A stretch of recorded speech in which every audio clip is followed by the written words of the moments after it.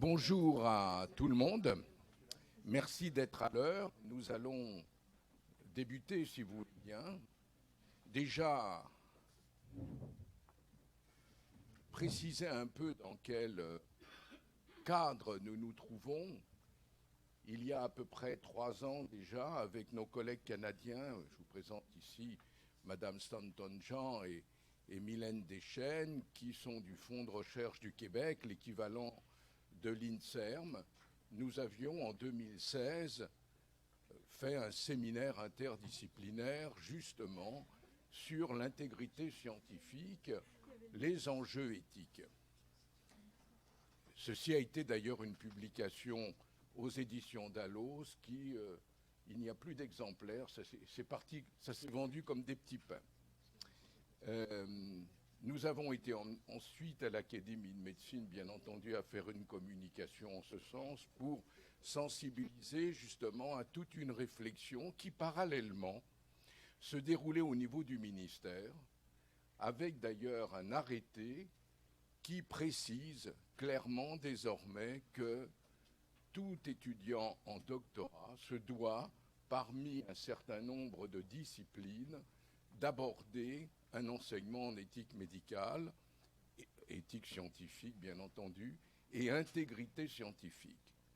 C'est justement par rapport à cet arrêté qui suivait une concertation forte dirigée dans un groupe dirigé par Pierre Corvol, actuellement le président de l'Académie des sciences, et qui nous fait l'honneur de parrainer cette journée à laquelle vous êtes conviés dans la mesure où la plupart d'entre vous êtes soit des chercheurs qui encadraient des étudiants de doctorat, soit des étudiants de doctorat eux-mêmes. Voilà exactement dans quel cas nous nous trouvons. Il faut savoir qu'il y a un an, le 11 avril dernier, nous avons déjà fait une première réunion dans l'amphithéâtre Claude Bernard, qui était pour ainsi dire plein, justement sur une sensibilisation à l'éthique, et ceci se faisait bien entendu avec les autorités de l'université qui étaient présentes, qui nous ont énormément aidés. C'est ce qui fait que vous avez ici la représentation, bien sûr, de la personne référente, et vous allez voir que tous ces éléments se construisent dans toutes les universités à peu près. Il devrait y avoir, et institut de recherche, il devrait avoir un référent en intégrité. Et cette fois-ci, nous avons même la chance d'avoir, par rapport à un office qui a été construit, nous avons la chance d'avoir la directrice qui s'adressera en quelque sorte à vous dans le cadre des tables rondes.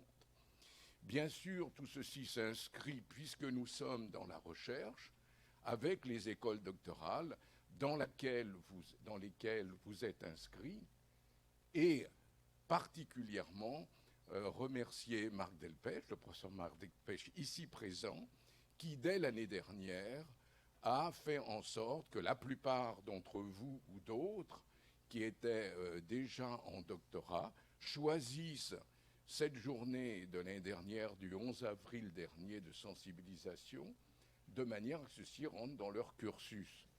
Donc je tiens à remercier particulièrement également l'Institut des formations doctorales qui sera représenté par le professeur Marc Delpech ce soir. Donc voilà un tout petit peu dans quel cadre vous trouvez. Nous vous avons construit, si vous voulez bien, une réunion qui est basée sur ce que nous avons fait depuis un an.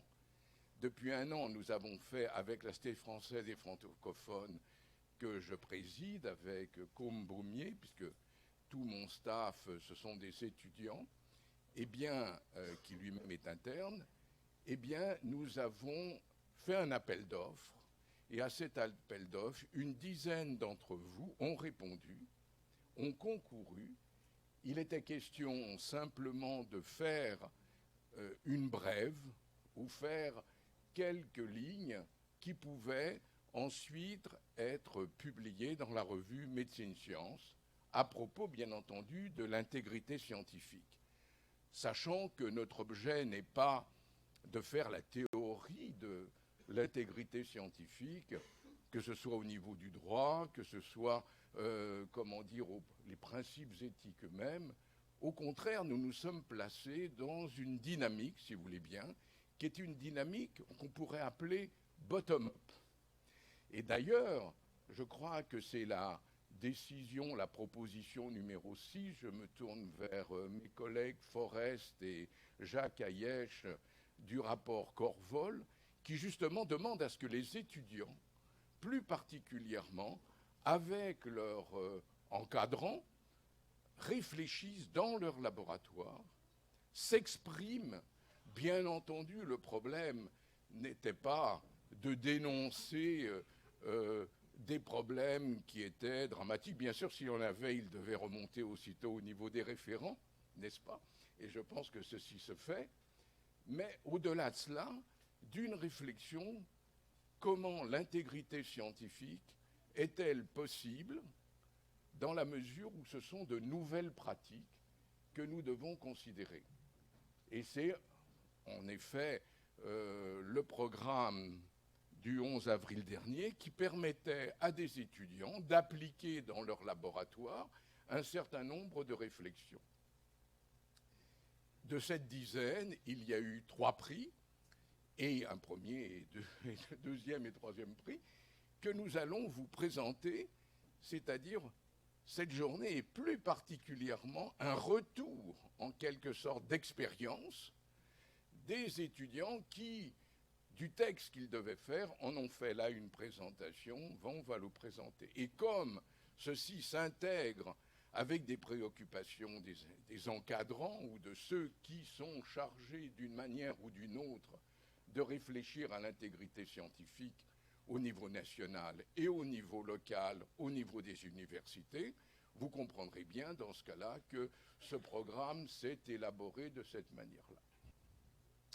Je tiens particulièrement à remercier Jacques Hayesh, qui est de l'Université de Strasbourg, qui nous a énormément aidés, et bien sûr celui que vous connaissez particulièrement, il est très souvent, puisqu'il est toujours là, c'est-à-dire Claude Forest, qui est professeur dans cette université.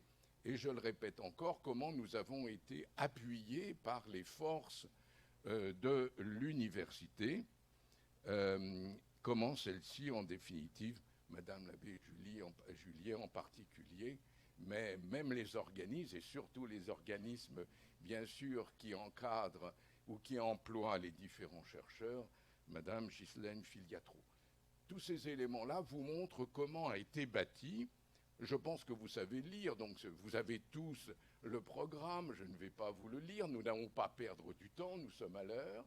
Donc je vais demander, si vous voulez bien, en premier, que Madame Ghislaine Filiatro, si elle veut bien venir ici, qui, au niveau de l'INSERM, plus particulièrement s'occupe de ces questions, ouvre en quelque sorte cette journée, si vous le voulez bien. Vous avez la parole, on est très heureux que vous soyez présents.